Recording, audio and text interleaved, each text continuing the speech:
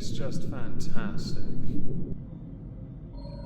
Hello everyone, welcome back to another video. I'm going to start by saying I'm not here tomorrow, so there won't be a video here. But later tonight, I am going to be doing a stream on this channel on Foodie Beauty, because there's some speculation of her whereabouts, and I also thought it'd be a good idea to go and do a little retro stream as well, going through older content of hers. Even though on her main channel, it only goes back 2 years, minus some other bits, but they're nothing controversial. Pre-Muslim arc, as it were, nothing exists on her channel. But don't worry, we found some videos. Today, we're going to be looking at Hasan Piker, because he recently attended his very first protest and/or riot. And we could go through some of the commentary from that, but I don't want to risk getting into trouble with YouTube, because that will happen. So instead, I'll show one clip, this one.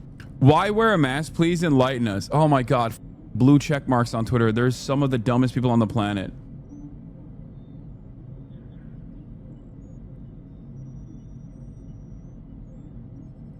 Like, why am I wearing a mask? Because they're deploying tear gas, man. Do you think I'm wearing a mask to hide my identity? I'm 6'4". I'm wearing my own merchandise. Base?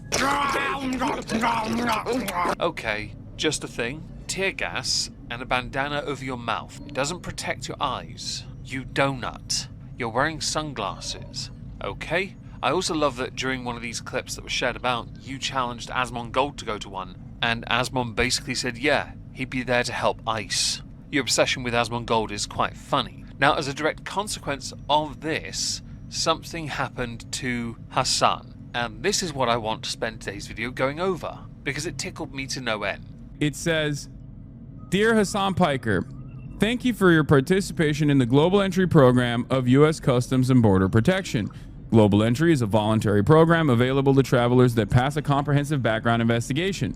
Applicants found to be ineligible for Global Entry participation may still be permitted to enter into the United States, although they will not be permitted to use the Global Entry lanes.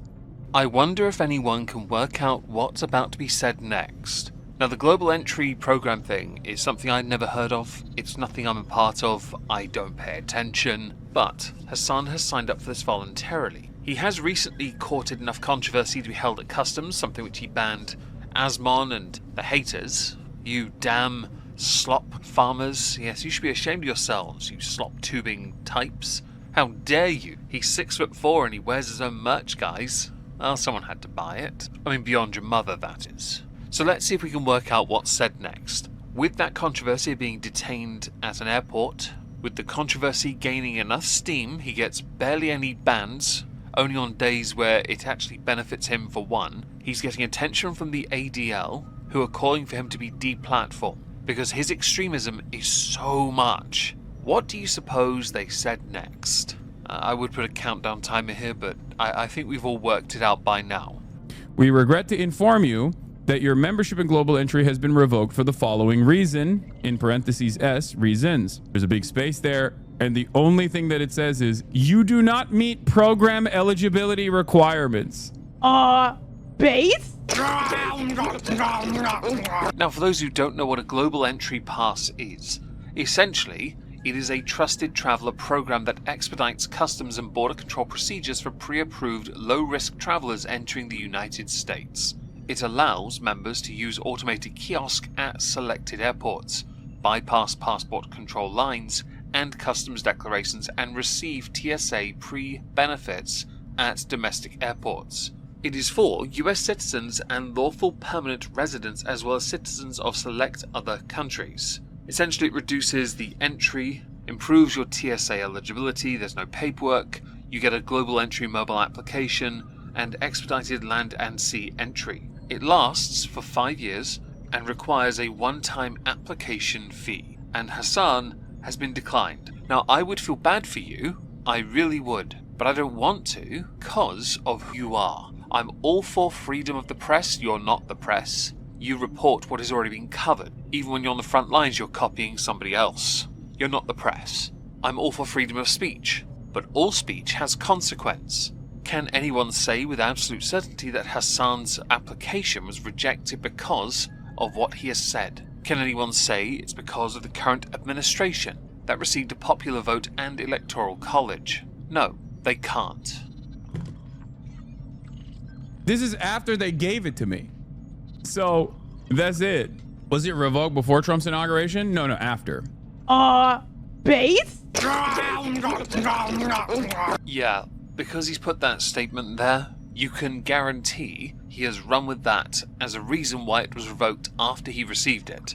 Although if it's anything like me getting a refund from Southeastern Rail, I got a letter afterwards telling me it was declined, so possibly you already have it. For the sake of it, I don't really see the point in paying $120 to expedite going through an airport. I don't see the point, but perhaps I don't have as much disposable income as Hasan does, which would make some sense.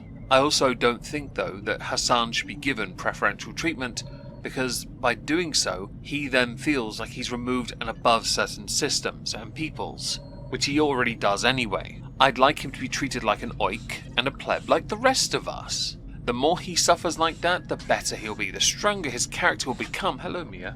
There's a dog next to me wanting fuss. Now, Hasan did continue to go through some relevant paperwork, and this was tweeted by a meme account called Hasanabi Productions, where they, the airport, admitted to detaining Hasan but won't confirm or deny whether it's on a federal or he is on a federal watch list.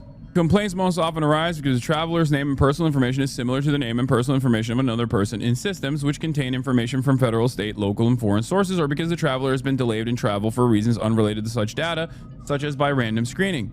DHS Trip has researched and completed our review of your case. DHS Trip, this part is amazing, can neither confirm nor deny any information about you which may be within federal watch lists or reveal any law enforcement sensitive information. You know Hasan has no content, right? So he has to read official documentation that can't provide any information beyond confirming a minor situation where he was detained briefly, which he blamed on, well, everyone else. Because he can then use this to, and I've said this term so many times, poison the well. That's his intent.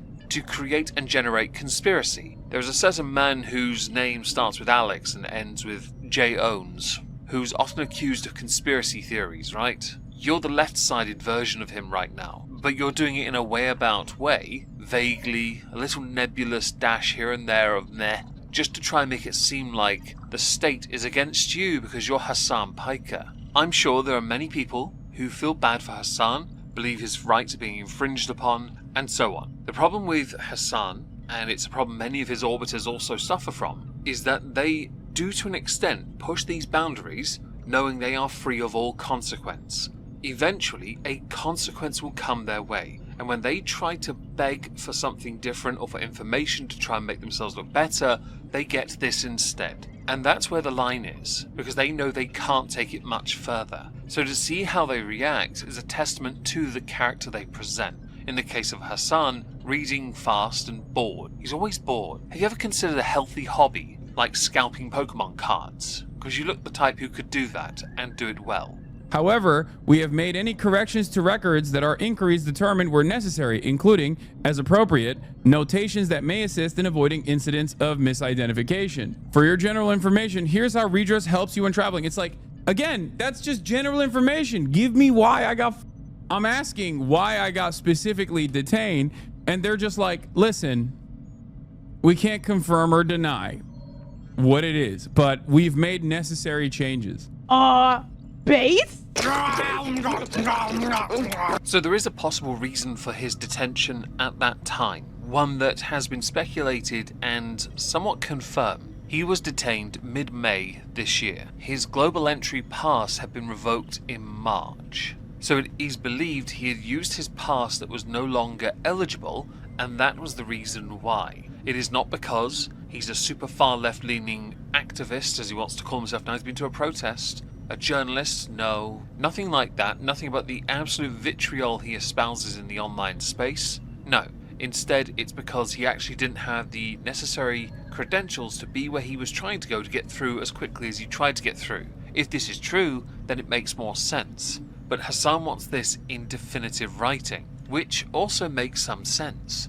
I would want that to be confirmed as well, but you are talking to people who do not share information like that with anyone. If you have an ability to request that kind of information, of course you should exhaust it, and in this instance, the version you've been given is the government version.